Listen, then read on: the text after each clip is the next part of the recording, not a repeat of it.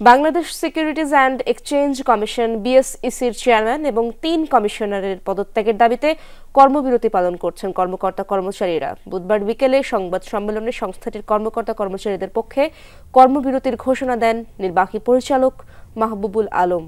সংস্থার নির্বাহী পরিচালক সাইফুর রহমানকে বাধ্যতামূলক অবসরে পাঠানোর প্রতিবাদে বুধবার চেয়ারম্যান ও কমিশনারদের পদত্যাগের দাবিতে ৪ ঘণ্টার বেশি সময় বিএসইসি ভবন অবরুদ্ধ করে রাখেন কর্মকর্তা কর্মচারীরা। বেলা ৩:৩০টার দিকে আইনশৃঙ্খলা বাহিনীর সদস্যদের পাহারায় চেয়ারম্যান ও অন্য কমিশনাররা ভবন ত্যাগ করেন। আগস্টে রাজনৈতিক পট পরিবর্তনের পর বিএসইসিতে নতুন কর্তৃপক্ষ যোগ দেয়। তখন সাইফুর রহমানকে ওএসডি করা হয়েছিল। মঙ্গলবার তাকে অবসরে পাঠানো হয়। এদিকে ফটকের বাইরে অবস্থান নিয়েছেন পুঁজিবাজারের বিনিয়োগকারীরা। একই দাবিতে চলছে বিক্ষোভ সমাবেশ।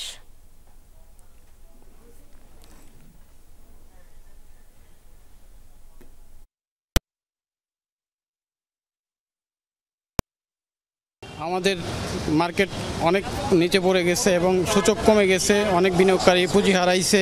প্রায় ৭ মাস হয়ে গেছে, এখনো বাজার ভালো হয় নাই। যে প্রত্যেক দিন ইন্ডেক্স কমতেছে এবং শেয়ারের দামও কমতেছে।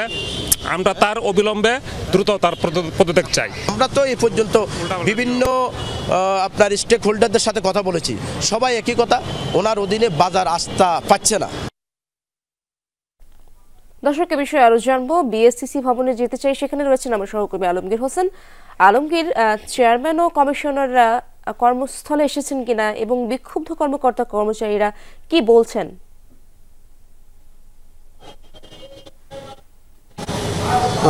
ইশরাত, না, এখনো বিএসইসির চেয়ারম্যান রাশেদ মাকসুদ সহ অন্য যে কমিশনার রয়েছে তারা এখনো বিএসইসি কার্যালয়ে প্রবেশ করেনি এবং তারা আসবে কিনা সেটিও আমরা জানতে পারিনি। তবে ঘোষিত যে কর্মসূচি রয়েছে কর্মকর্তা কর্মচারীদের, তাদের সেটি চলছে। আমরা উপরে গিয়েছিলাম এবং দেখেছি যে তারা কোনো ধরনের কাজে যোগ দেয়নি।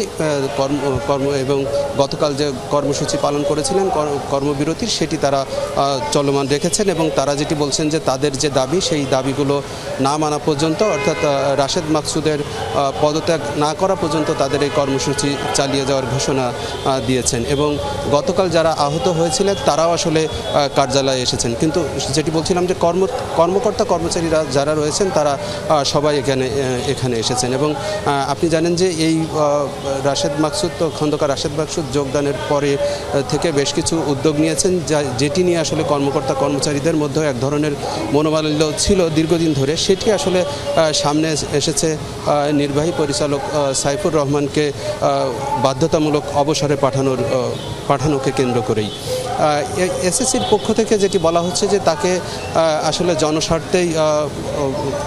জনস্বার্থে তাকে অবসরে পাঠানো হয়েছে, যেহেতু চাকরির বয়স 25 বছর হয়েছে। এই বক্তব্যটি গতকাল গণমাধ্যমে পাঠিয়েছেন চেয়ারম্যান খন্দকার রাশেদ মাকসুদ। এর বাইরে ফটকের সামনে আরেকটি পক্ষ যারা চেয়ারম্যান যোগদান করার পর থেকে নানা ধরনের সিদ্ধান্ত নিয়েছেন, যে সিদ্ধান্তে তারা ক্ষুব্ধ সাধারণ বিনিয়োগকারীরা, তারাও আসলে তার পদত্যাগের দাবিতে কর্মসূচি পালন করছেন। এবং তারা যেটি বলছেন যে এই খন্দকার রাশেদ মাকসুদ এখানে যোগদানের পরে এমন কিছু সিদ্ধান্ত নিয়েছেন যেটি পুঁজিবাজারকে ভালো করার পরিবর্তে আসলে দিনে দিনে আরও খারাপ হয়েছে এবং বাজারকে তিনি কোনোভাবেই গতিশীল করতে সক্ষম হয়নি। যে কারণে তারা যেটি বলছেন যে এই পুঁজিবাজার পরিচালনা করার মতো সক্ষমতা এবং যোগ্যতা বর্তমান যে চেয়ারম্যান তার নেই এবং তার অযোগ্যতার দায় নিয়ে তাকে পদত্যাগ করা উচিত বলে তারা মন্তব্য করছেন এবং সেই দাবিতে তারা তাদের কর্মসূচি পালন করছেন। দুই দেশের ভিতরে কর্মবিরতি চলছে, এটিও চলবে যত সময় তিনি পদত্যাগ না করবেন, সেটিও তারা নিশ্চিত করছেন। এবং বাইরেও আসলে বিনিয়োগকারীরা আপনি হয়তো শুনতে